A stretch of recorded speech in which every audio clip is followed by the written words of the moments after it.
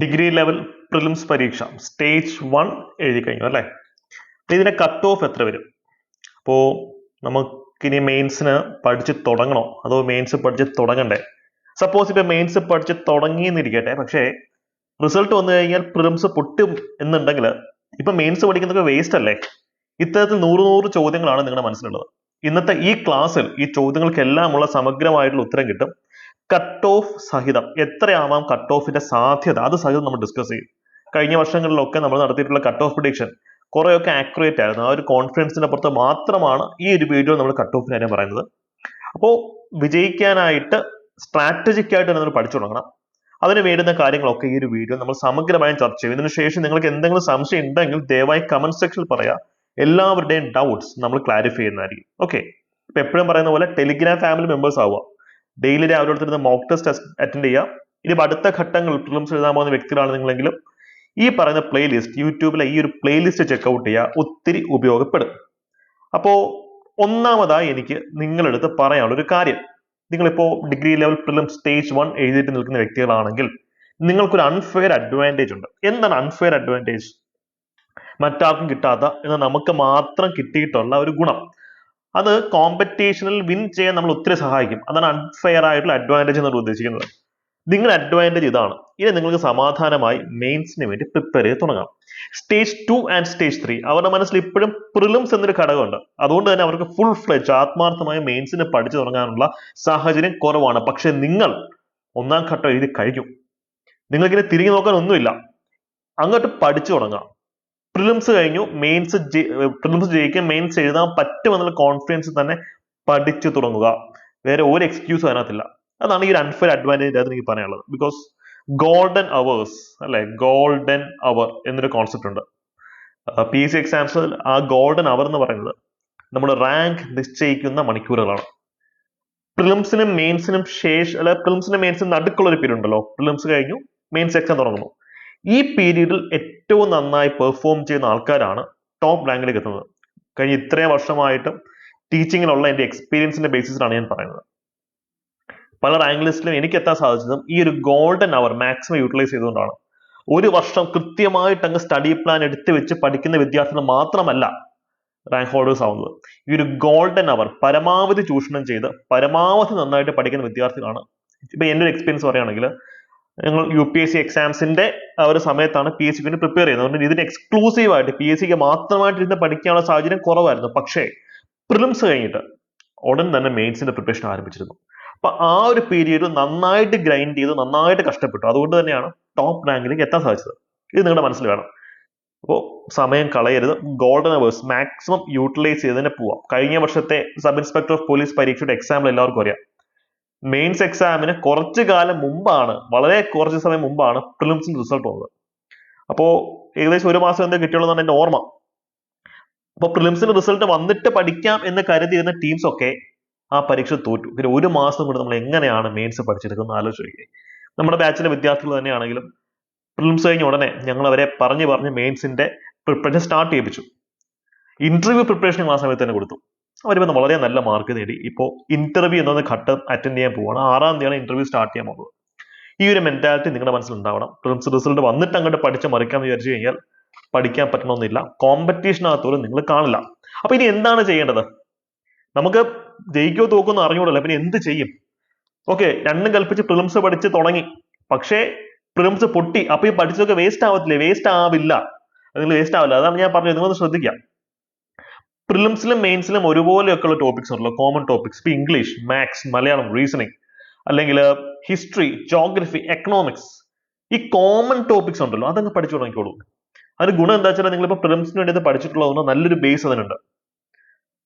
ഇപ്പോൾ മെയിൻസിന് ആ ടോപ്പിക്സ് എന്തായാലും കാണും. അപ്പൊ ഈ സമയം കൊണ്ട് നിങ്ങൾ ആ ടോപ്പിക്സ് അങ്ങ് തീർത്തു കഴിഞ്ഞാൽ റിസൾട്ട് വന്നിട്ട് നിങ്ങൾക്ക് എന്ത് ചെയ്യുന്നത്? സ്പെഷ്യൽ ടോപ്പിക്സ് എല്ലാം പഠിച്ചു തുടങ്ങിയാൽ മതി. കാര്യം സ്പെഷ്യൽ ടോപ്പിക്സ് ഇതുവരെ PSC പബ്ലിഷ് ചെയ്തിട്ടില്ല. SIയുടെ ഒക്കെ വന്നു, അല്ലാതെ മറ്റേ ഒന്നിനെ സ്പെഷ്യൽ ടോപ്പിക്സ് ക്ലിയർ കട്ടായിട്ട് നമുക്ക് അറിയില്ല. അതുകൊണ്ട് തന്നെ അത് നിങ്ങൾ പഠിക്കണ്ടേ. ഇപ്പം company board assistant special topics എന്താ അറിയില്ല.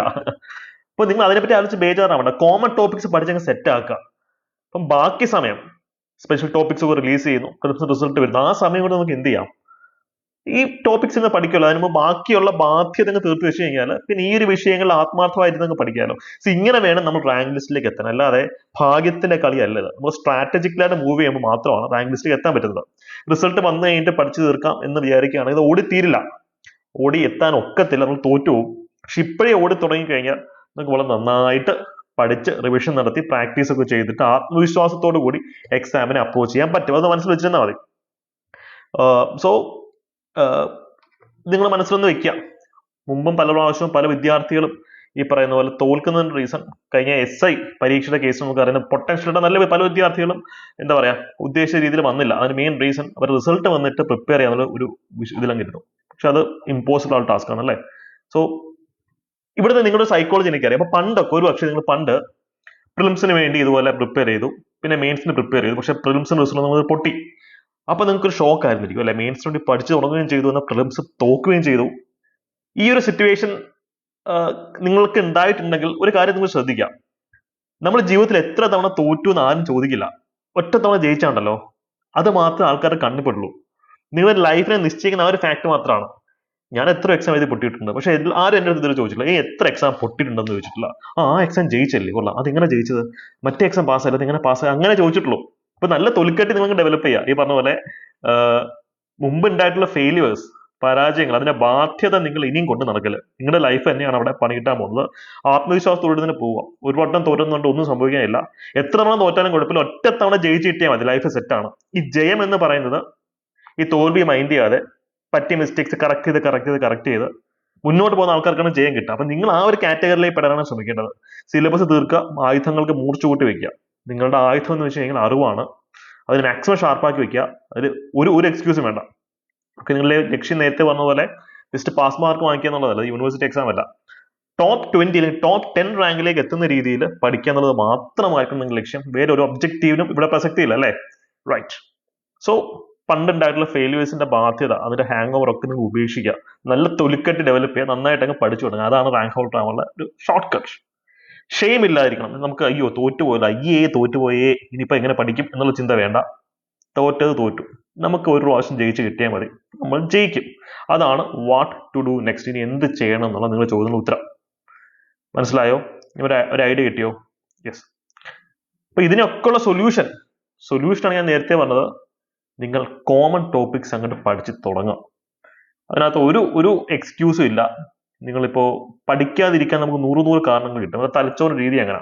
നമ്മുടെ എനർജി സേവ് ചെയ്യാൻ വേണ്ടിയിട്ട് നമ്മളെ അലസന്മാരാക്കുന്ന തലച്ചോറ്. അങ്ങനെ നമ്മൾ പണ്ട് ഗുഹാമനക്ഷൻ ആയിരുന്ന സമയത്ത് സർവൈവ് ചെയ്തത്. എനർജി സേവ് ചെയ്യണമല്ലോ. പക്ഷെ നമ്മളിപ്പോ ഇനിയുള്ള കാലഘട്ടത്തിൽ നിങ്ങൾ അങ്ങനെയൊക്കെ ചിന്തിച്ചു കഴിഞ്ഞാൽ പണിയാണ്. കാര്യം നല്ല കോമ്പറ്റീഷനാണ്, കട്ട കോമ്പറ്റീഷനാണ്. പക്ഷെ അതിന് പ്രൊപ്പോർഷനേറ്റ് ആയിട്ട് അവസരമുണ്ട്. കമ്പനി ബോർഡ് അസിസ്റ്റന്റ് ഇത്രയും റിക്രൂട്ട്മെന്റ് നടത്തുന്ന മറ്റേത് പരീക്ഷയാണ് ഡിഗ്രി ലെവലിൽ. ജയിലിൽ വരുന്നു, സബ് ഇൻസ്പെക്ടർ വരുന്നു, എക്സൈസ് ഇൻസ്പെക്ടർ വരുന്നു, യൂണിവേഴ്സിറ്റി അസിസ്റ്റന്റ് വരുന്നു. നിങ്ങൾ ഒരു പരീക്ഷയിൽ മറ്റൊരു പരീക്ഷയിൽ ചാടിക്കടക്കാനുള്ള സാധ്യത വളരെയധികം. നിങ്ങൾ PSCക്ക് വേണ്ടി ആത്മാർത്ഥമായി ശ്രമിക്കുകയാണെങ്കിൽ ഇതൊരു ഗോൾഡൻ പീരീഡാണ്. നിങ്ങൾക്ക് ഒരു ഡിഗ്രി ലെവൽ ജോലി അടിച്ചെടുക്കാൻ പറ്റും. ഇതിനൊക്കെ നല്ലൊരു പീരീഡ് ഇനി എന്ന് വരാനാണെന്ന് വെച്ചാൽ എനിക്കറിയത്തില്ല. ഞാൻ എൻ്റെ കരിയറിൽ ഇത്രയും നല്ലൊരു ഓപ്പർച്യൂണിറ്റി ഉള്ള ഒരു പീരീഡ് PSC സ്റ്റുഡൻസിനെ സംബന്ധിച്ച് കണ്ടിട്ടില്ല. നിങ്ങൾ എത്ര കാലമായി പഠിച്ചു തുടങ്ങുന്നു അതൊന്നും വിഷയമല്ല. നിങ്ങൾ ജസ്റ്റ് പഠിച്ചു തുടങ്ങുന്ന വിദ്യാർത്ഥിയാണെങ്കിൽ പോലും നല്ലൊരു ജോലിയിലേക്ക് എത്താൻ പറ്റും. ഈ സൊല്യൂഷൻ നിങ്ങൾ കട്ടയ്ക്ക് ഫോക്കസ് ചെയ്താൽ മതി. പല ആൾക്കാരുടെ ഇനിയുള്ള സംശയം കട്ട് ഓഫ് മാർക്ക് എത്ര വരും എന്നുള്ളതാണല്ലോ. കട്ട് ഓഫ് ബോധർ ചെയ്ത് പഠിക്കാൻ മാത്രമേ ഞാൻ നിങ്ങളുടെ അടുത്ത് പറയുള്ളൂ. കാര്യം കോമൺ ടോപ്പിക്സ് ഉപയോഗിച്ച് പഠിച്ചാൽ മതി. അത് നമുക്ക് എപ്പോഴായാലും ഉപകാരപ്പെടും അല്ലേ. സപ്പോസ് ഇൻ കേസ് പ്രിലിംസ് കയറിയില്ലെങ്കിൽ പോലും അടുത്ത പ്രിലിംസ് നമുക്ക് ഉപകാരപ്പെടും. അടുത്ത പ്രിലിംസ് എന്തായാലും നമ്മൾ കയറിയിരിക്കും. കഴിഞ്ഞ നമ്മുടെ ബാച്ചിലെ പ്രിലിംസ് പാസ്സാവാൻ ബുദ്ധിമുട്ട് വന്നിട്ടുള്ള വിദ്യാർത്ഥികൾ പലരും ഇത്തവണ സെക്രട്ടേറിയറ്റ് അസിസ്റ്റന്റ് എക്സാമിനകത്തൊക്കെ ടോപ്പ് റാങ്കിലാണ് എത്തിയിട്ടുള്ളത്. അത് ആ ഒരു കോൺഫിഡൻസിന്റെ പുറത്ത് ഒരു കളിച്ചുകൊണ്ട് മാത്രമാണ് അല്ലേ. അപ്പൊ അത് നിങ്ങൾ മറക്കരുത്. കട്ട് ഓഫ് മാർക്ക് ഇവിടെ കുറെ എക്സാംസ് വരുന്നുണ്ട്. 5-6 എക്സാംസ് വരുന്നുണ്ട് ഡിഗ്രി ലെവലിൽ. ഇപ്പൊ നമുക്ക് ബാച്ചുകൾ ഉള്ളതെന്ന് പറയുന്നത് company board assistant, university assistant, jailer, excise inspector, sub inspector. ഈ പരീക്ഷകളുടെ ഒക്കെ കട്ട് ഓഫ് ഏകദേശം ഒരു 45 to 50 നിൽക്കും എന്ന് എനിക്ക് തോന്നുന്നു. ബിക്കോസ് മാസ് റിക്രൂട്ട്മെന്റ് ആണ് നടക്കാൻ പോകുന്നത്. Mass recruitment. അതുകൊണ്ട് തന്നെ കട്ട് ഓഫ് കുറച്ചൊന്ന് താഴാനാണ് സാധ്യത. സ്റ്റേജ് 1ന്റെ ഡിഫിക്കൽറ്റി ലെവലിൽ പൊടിക്ക് കൂടുതലാണ്, സമ്മതിക്കുന്നു. പക്ഷേ ഈ ഒരു റേഞ്ച് നമുക്ക് പ്രതീക്ഷിക്കാം. നിങ്ങൾക്ക് ഈ ഒരു റേഞ്ചിൽ മാർക്ക് ഉണ്ടെങ്കിൽ നിങ്ങൾ പഠിച്ചു തുടങ്ങാം. പിന്നെ ജയിലർ പോലെയുള്ള പരീക്ഷയിൽ വേക്കൻസി വളരെ കുറവാണ്. വേക്കൻസി കുറയുന്നതനുസരിച്ച് ഒരു പക്ഷേ ചില തസ്തികകൾക്ക്, ചില പോസ്റ്റുകൾക്ക് 55 വരെ കട്ട് ഓഫ് പുഷ് ആവാൻ സാധ്യതയുണ്ട്. ജനറലി ഒരു 45 to 55 നോക്കിയാൽ മതി. പക്ഷെ നിങ്ങൾ കമ്പനി ബോർഡ് അസിസ്റ്റന്റ് എക്സാം ഒക്കെയാണ് ഫോക്കസ് ചെയ്യുന്നതെങ്കിൽ 45 മാർക്കിന് കൂടുതലുണ്ടെങ്കിൽ ദയവായി പഠിച്ച് തുടങ്ങുക. സമയം പാഴാക്കരുത്. ഗോൾഡൻ അവർ വേസ്റ്റ് ചെയ്യരുത്. നിങ്ങൾക്ക് ഈ ഒരു യാത്രയിൽ സപ്പോർട്ടായിട്ട് ഞങ്ങൾ പല ബാച്ചുകളും സ്റ്റാർട്ട് ചെയ്തിട്ടുണ്ട്. അപ്പൊ നമ്മുടെ എല്ലാവരുടെയും സംശയം, സപ്പോസ് ഈ ബാച്ചൊക്കെ എടുത്തിട്ട് പ്രിലിംസ് പൊട്ടി എന്ത് ചെയ്യും? നിങ്ങൾ ഒന്നും ടെൻഷൻ അടിക്കേണ്ട. റിമൈനിങ് എമൗണ്ട് മാത്രം അടച്ച് നിങ്ങൾക്ക് എന്ത് ചെയ്യാം? ഞങ്ങളുടെ ലോങ് ടേം ഡിഗ്രി ലെവൽ ബാച്ചിലേക്ക് വരാം. ഈ വർഷം അടുത്ത വർഷം നമ്മൾ നേടിയിരിക്കും ഈ ഒരു പരീക്ഷ, അല്ലേ? അപ്പൊ അതുകൊണ്ട് തന്നെ ഞങ്ങളുടെ മെയിൻസ് പ്ലസ് ഇന്റർവ്യൂ ബാച്ചിന്റെ ഭാഗമാവും. എല്ലാം വളരെ അഫോർഡബിൾ ആയിട്ടുള്ള ഫീസ് സ്ട്രക്ചർ ആണ് പ്ലാൻ ചെയ്തിട്ടുള്ളത്. അപ്പൊ ഒന്നിൽ കൂടുതൽ പരീക്ഷയ്ക്ക് പ്രിപ്പയർ ചെയ്യുന്ന കോംബോ ബാച്ചുകൾ നിങ്ങൾക്ക് പർച്ചേസ് ചെയ്യാം. ഓരോന്നിനും സെപ്പറേറ്റഡ് വേണ്ട. ഇന്റഗ്രേറ്റഡ് സ്റ്റഡി പ്ലാൻ ഇപ്പോൾ കമ്പനി ബോർഡും യൂണിവേഴ്സിറ്റി നിങ്ങൾ ഒരുമിച്ച് നോക്കുന്നെങ്കിൽ ഒരുമിച്ച് അതിന്റെ ബാച്ചിലേക്ക് വരാം. രണ്ടും കൂടെ ഒരുമിച്ച് പഠിപ്പിക്കുന്ന ബാച്ച് ഉണ്ട്. കാര്യം സിലബസ് അത്ര ഓവർലാപ്പിംഗ് ആണല്ലോ. അതുപോലെ യൂണിഫോംഡ് ജോബിനും കോംബോ ബാച്ച് ഉണ്ട്. ഇപ്പൊ ഇൻ കേസ് നിങ്ങൾക്ക് പ്രിലിംസ് ക്ലിയർ ചെയ്യാൻ പറ്റിയില്ലെങ്കിൽ പോലും റിമൈനിങ് എമൗണ്ട് മാത്രം അടിച്ച് നിങ്ങൾക്ക് എന്ത് ചെയ്യാം? ലോങ് ടൈം ബാച്ചിലേക്ക് വരാൻ പറ്റും. ഇവിടെ അത് നിങ്ങൾക്ക് ഒരു രീതിയിലുള്ള നഷ്ടവും സംഭവിക്കുന്നില്ല. ഒരു ജോലിയാണല്ലോ നമുക്ക് ഇമ്പോർട്ടൻ്റ് ആയിട്ട് വരുന്നത്. കഴിഞ്ഞ വർഷം ഞങ്ങൾ ഇങ്ങനെ തന്നെയാണ് ഓപ്പറേറ്റ് ചെയ്തത്. ധൈര്യം തന്നെ പഠിച്ച് മുന്നേറുക. അപ്പൊ അടുത്ത ഘട്ടം പ്രിലിംസ് എക്സാം ഫോക്കസ് ചെയ്യുന്ന വിദ്യാർത്ഥികളാണ് നിങ്ങളെങ്കിൽ നിങ്ങൾക്ക് ക്രാഷ് ബാച്ചും പ്രിലിംസ് ടെസ്റ്റ് സീരീസ് ഒക്കെ വളരെ അഫോർഡബിൾ ഫീസ് സ്ട്രക്ചർ നമ്മൾ സ്റ്റാർട്ട് ചെയ്തിട്ടുണ്ട്. ഞാൻ ഇന്നലെ വീഡിയോ അപ്ലോഡ് ചെയ്തിട്ടുണ്ട്. നമ്മുടെ ക്ലാസ്സസ് ചെയ്യുന്ന റാങ്ക് മേക്കിംഗ് ആയിട്ടുള്ള എത്രയോ ചോദ്യങ്ങൾ വന്നു, അല്ലെ? അനോ എന്ന് പറയുന്ന നോവലിന്റെ ഒക്കെ ചോദ്യങ്ങൾ നമ്മൾ പ്രെഡിക്റ്റ് ചെയ്ത് ഓൾറെഡി കുട്ടികളെ പഠിപ്പിച്ച ചോദ്യങ്ങളായിരുന്നു. അപ്പൊ അത് നിങ്ങൾക്ക് എന്ത് ചെയ്യാം? അത്തരം ചോദ്യങ്ങൾ വളരെ അഫോർഡബിൾ ആയിട്ടുള്ള ഫീസ് സ്ട്രക്ചറിൽ പഠിക്കാനായിട്ട് ഞങ്ങളുടെ ക്രാഷ് ബാച്ചിലൊക്കെ യൂസ് ചെയ്യും. ഈ ഒരു നമ്പറിൽ കോൺടാക്ട് ചെയ്താൽ മതി കേട്ടോ. വാട്സാപ്പ്, ടെലിഗ്രാമിൽ വിളിക്കാം. നിങ്ങൾ ഏത് രീതിയിൽ കോൺടാക്ട് ചെയ്ത് കഴിഞ്ഞാൽ ഡെമോ ക്ലാസ് സഹിതം നിങ്ങൾക്ക് കിട്ടും. ഡെമോ ക്ലാസ് മാത്രം കണ്ടാൽ പോലും നിങ്ങൾക്ക് നല്ല രീതിയിലുള്ള ഫൗണ്ടേഷൻ ലഭിക്കും കേട്ടോ. അപ്പോൾ സ്ട്രോങ് ആയിട്ട് തന്നെ പ്രിപ്പറേഷൻ മുന്നോട്ട് കൊണ്ടുപോകാം. അപ്പം എനിക്ക് നിങ്ങളുടെ അടുത്ത് പറയാനുള്ള ഒരു കാര്യവും അത് തന്നെയാണ്.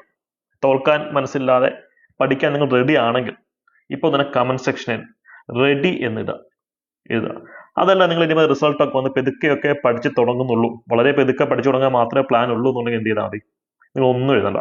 പക്ഷെ ഇപ്പം പഠിച്ചു തുടങ്ങാൻ തീരുമാനിക്കുന്ന ആൾക്കാർ, സമയം പാഴാക്കില്ല എന്ന് ഉറപ്പുള്ള ആൾക്കാർ മാത്രം റെഡി എന്ന് കമന്റ് ചെയ്യുക. ബിക്കോസ് ഇവരായിരിക്കും ഇനി ടോപ്പ് റാങ്ക് ലിസ്റ്റിലേക്ക് എത്താൻ പോകുന്നത്.